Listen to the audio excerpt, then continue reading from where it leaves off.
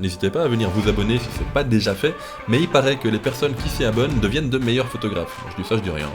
On va découvrir ensemble le palmarès du World Press Photo. On l'a donc, depuis maintenant 66 ans, la fondation World Press Photo qui vient de dévoiler le palmarès de son concours annuel. C'est un concours que je regarde tous les ans, car il y a vraiment du super bon niveau en fait. Il y a des photos qui me mettent vraiment des claques, et il y a des photos où je suis sûr et certain qu'ils deviendront iconiques d'ici une petite dizaine d'années, si pas plus rapidement encore. Un photographe qui est basé à Copenhague, Mads Nissen, qui est du coup le grand vainqueur de l'édition 2021 avec cette photo.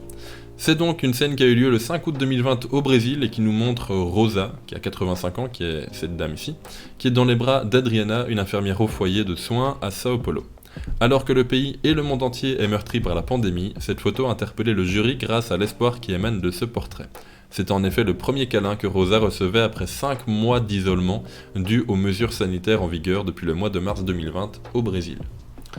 Ben voilà, pour moi c'est vraiment ce type de photos là dont je vous parlais qui sont juste magnifiques et qui en plus je pense deviendront iconiques d'ici quelques années. Je pense que d'ici 10-15 ans, en tout cas j'espère qu'on aura terminé avec ce Covid, lorsqu'on se rappellera de l'année 2020 et 2021 en se disant tu te souviens du Covid, c'est le genre d'images qui pourront ressortir assez facilement. On en a d'autres, moi cette photo-ci est vraiment poignante pour moi. Cet animal du coup qui joue avec un masque dans l'eau, ça aussi je pense c'est le genre de photo qui d'ici 10-15 ans sera assez iconique. Selon la BBC, on estime que 129 milliards de masques jetables et 65 milliards de gants jetables, j'arrive même pas à me rendre compte du nombre en fait tellement c'est énorme, ont été utilisés chaque mois pendant la pandémie. Celle-là elle m'a fait rire également. Jasper Doust, j'imagine, un photographe allemand, qui a été confiné aux Pays-Bas avec sa petite famille, et en fait ils se sont un peu liés d'amitié avec deux pigeons qu'ils ont nommés Ollie et Dolly, et qui venaient apparemment tous les jours sur leur balcon, mais il y en avait une dernière qui me plaisait plutôt bien, je ne sais plus si c'est ici. Ah et voilà, fatalement. L'explosion à Beyrouth, que l'on a vue l'année passée, ou en 2019, je ne sais plus.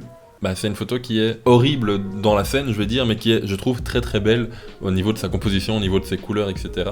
Qui est vraiment une très belle photo de reportage. Et de nouveau, je vous parlais en début d'article que dans ce concours-là, on peut retrouver des photos qui seront iconique d'ici 10 à 15 ans. Je pense également que quand on parlera de Beyrouth, ce sera une des photos qui ressortira, parce qu'elle est assez iconique malheureusement.